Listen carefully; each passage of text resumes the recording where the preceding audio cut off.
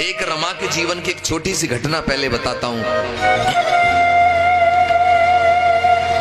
बाबा साहब अम्बेडकर विदेश में शिक्षा ग्रहण करते थे। रमा घर में रह करके बच्चों का पालन पोषण करती थी।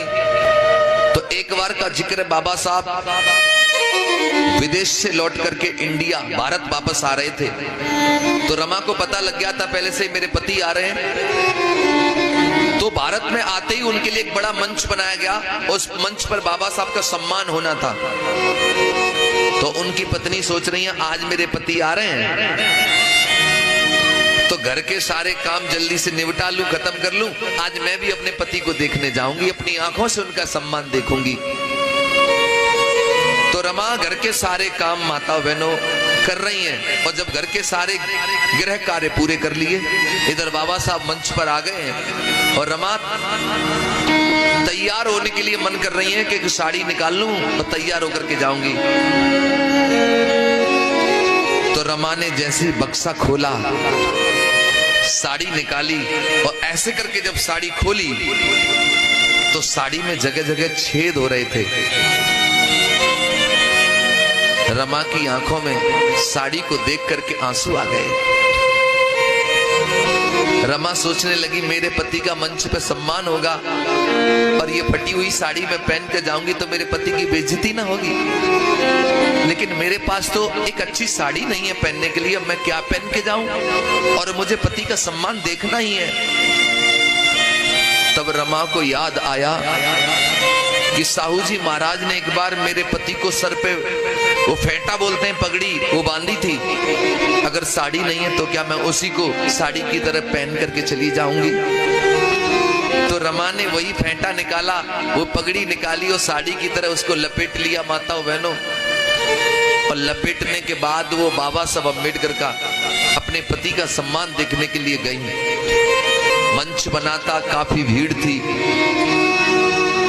तो पत्नी कोई होगी तो पहली लाइन में ही तो बैठेगी, लेकिन रमा पहली लाइन में नहीं बैठी, पीछे भी नहीं बैठी रमा।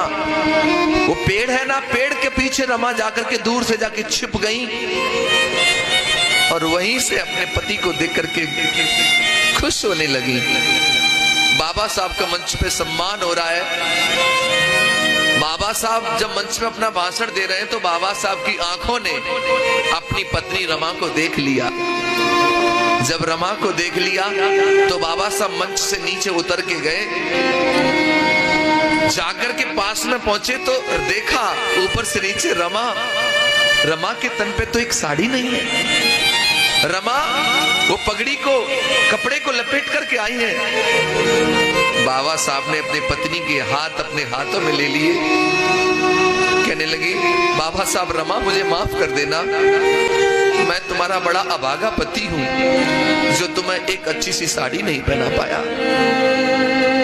रमा ने तभी क्या किया, एक उंगली साहब के ओठों पे रख दी, बोली साहब सब कुछ कहना लेकिन ये मत कहना कि आप मुझे एक अच्छी साड़ी नहीं पहना पाए। रमा कहने लगी साहब अगर आज मैं आपसे कुछ मांगू तो क्या मुझे दोगे? बाबा साहब कहने लगे अरे रमा वैसे भी तूने मुझसे अब तक मांगा ही क्या है, मांगो रमा, क्या मांगना चाहती हो मांगो, आज जो तुम मांगोगी मैं वो तुम्हें दूंगा। बाबा साहब सोच रहे थे रमा कोई गहना मांगेगी, अच्छी साड़ी मांगेगी, ऐसा कुछ मांगेगी। तब रमा ने कहा साहब यदि आप मुझे कुछ देना चाहते हो तो मैं केवल इतना मांगना चाहती हूं कि रमा एक सुंदर साड़ी पहने न पहने, दुनिया में भारत में ऐसा काम करके जाना मेरे साहब जी कि रमा एक अच्छी साड़ी पहने न पहने, लेकिन भारत में रहने वाली हर महिला, हर औरत, हर रमा एक सुंदर साड़ी पहने, बस इतना सा काम करके तुम चले जाना। बाबा साहब कहने लगे अरे पगली क्या मांग लिया तूने? मैं तो सोच रहा था तुम मुझसे गहने मांगेगी, कपड़े मांगेगी, लेकिन तूने क्या मांग लिया? माताओं बहनों मैं तुम्हें यह कहना चाहता हूं कि आज तुम्हारे तन पर जो सुंदर साड़ी दिखाई दे रही है ये तब तुम्हारे तन पर एक सुंदर साड़ी है क्योंकि रमा ने कभी अच्छी साड़ियां नहीं पहन पाई, लेकिन बाबा साहब तुम्हें अच्छी साड़ियां पहनने का मौका दे गए। रमा के पास तो एक सुंदर साड़ी नहीं थी, लेकिन तुम्हारे पास इतनी साड़ियां हैं आज कि अलमारी का जब दरवाजा खुलता है तो साड़ियों की कतार आंगन में गिर जाती है और तुम सोच में पड़ जाती हो कि इसमें से कौन सी पहनूं। इतनी साड़ियां तुम्हारे पास हैं। लेकिन बाबा साहब की पत्नी तो उन दिनों गर्दिश में जी और अपना पूरा जीवन समाज के लिए लगा गई, तुम्हारे लिए सब कुछ कर गई। ऐसी थी रमा। लेकिन बड़ा दुख होता है मुझे, लेकिन बाबा साहब अम्बेडकर की चर्चा होती है तो 500 रुपए आदमी दिखाता है तो एहसान करता कि मैंने 500 दे दिया, मैंने 200 दे दिया। अरे तुम्हारे 200 ज्यादा है कि बाबा साहब का जीवन ज्यादा है, रमा का जीवन ज्यादा है। बड़ा दुख होता है मुझे कि जिन्होंने अपना संपूर्ण जीवन, अपना पूरा जीवन समाज के लिए समर्पित कर दिया, आज वही समाज के लोग अपने घरों से निकलने में शर्म महसूस करते हैं। नौटंकी तमाशों में अपना बिस्तर लेके पहुंच जाएंगे, लेकिन बाबा साहब का कार्यक्रम सुनने के लिए उन्हें हाथ जोड़ने पड़ते हैं, आ जाओ सुनने के लिए, आ जाओ सुनने के लिए। ये हालत बनाई है तुमने अपने महापुरुषों की। एक याद रखना एक बात, इंसान को जीवन में कोई चीज तब मिलती है जब इंसान उसकी कीमत चुकाता है। तुम ये कपड़े पहने हो ना, ये कपड़े भी तब पहने हो पहले इनकी कीमत चुकाई है तुमने।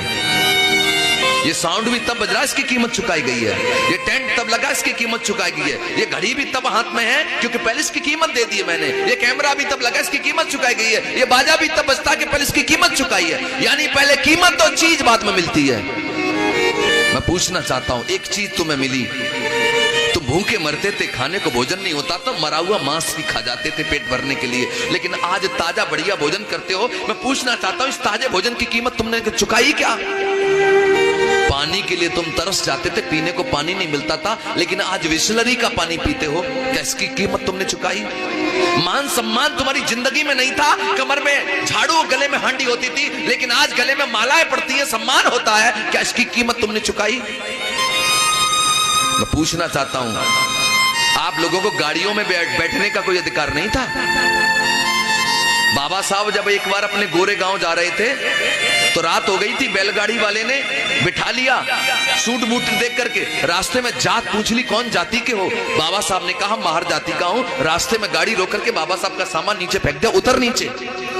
मैंने तो कोट पैंट में समझ लिया था कसाद अच्छे घर का होगा, तू तो नीच जाति का है। बाबा साहब ने कहा अंधेरा हो गया, मैं कहां जाऊंगा, मुझे ले चलो।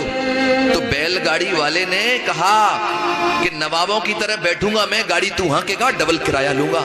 बैलगाड़ी से भी उतार दिया था, लेकिन आज तुम ट्रेन तो छोड़ो, हवाई जहाज की भी यात्रा कर सकते हो। क्या तुम्हें कोई धक्के मारता अब? तो मुझे बताओ, इन हवाई जहाज में भी यात्रा करने का अधिकार तुम्हें किसने दिया? इसकी कीमत तुमने चुकाई क्या? ये मान सम्मान धन दौलत शानो शौकत जो तुम्हारे जीवन में आज भरा पड़ा है, इसके लिए तुमने कौन सा बलिदान दिया बताओ? अगर इसकी कीमत किसी ने चुकाई है, कोई खून के आंसू रोया है, तो केवल माता रमाबाई और बाबा साहब अम्बेडकर जी हैं, जिनकी वजह से आज तुम्हारे जीवन में सब कुछ आ गया है।